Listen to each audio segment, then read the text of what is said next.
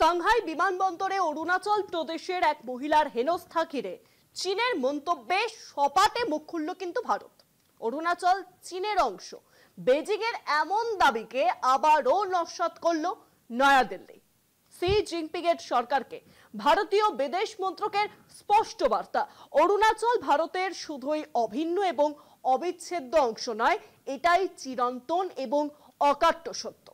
চীনের হাজারো দাবিতেও এই তথ্য বদলে যাবে না। I was traveling on my holiday from London Gatwick to Japan via a transit in Shanghai.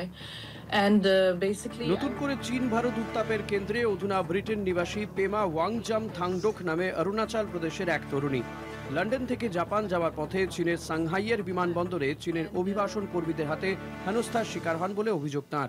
তরুণীর অভিযোগ, পাসপোর্টে জন্মস্থান হিসেবে অরুণাচল প্রদেশ লেখা থাকায় সেটি বৈধ নথি বলে গণ্য করা হয়নি। এমনকি অরুণাচলকে চীনের অংশ দাবি করে বিমানবন্দর কর্তৃপক্ষ পাসপোর্ট বাজেয়াপ্ত করে বলে অভিযোগ পেমার।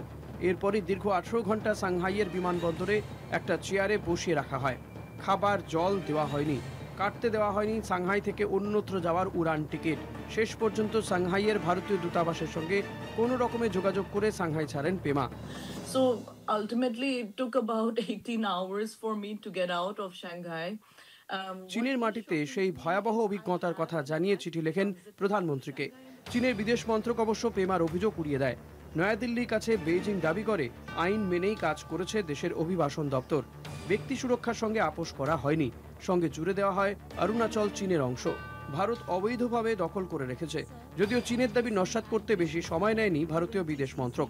জয়শঙ্করের মন্ত্রকের মুখপাত্র রণধীর জয়সওয়াল জানিয়ে দেন, অরুণাচল ভারতের অভিন্ন ও অবিচ্ছেদ্য অংশ।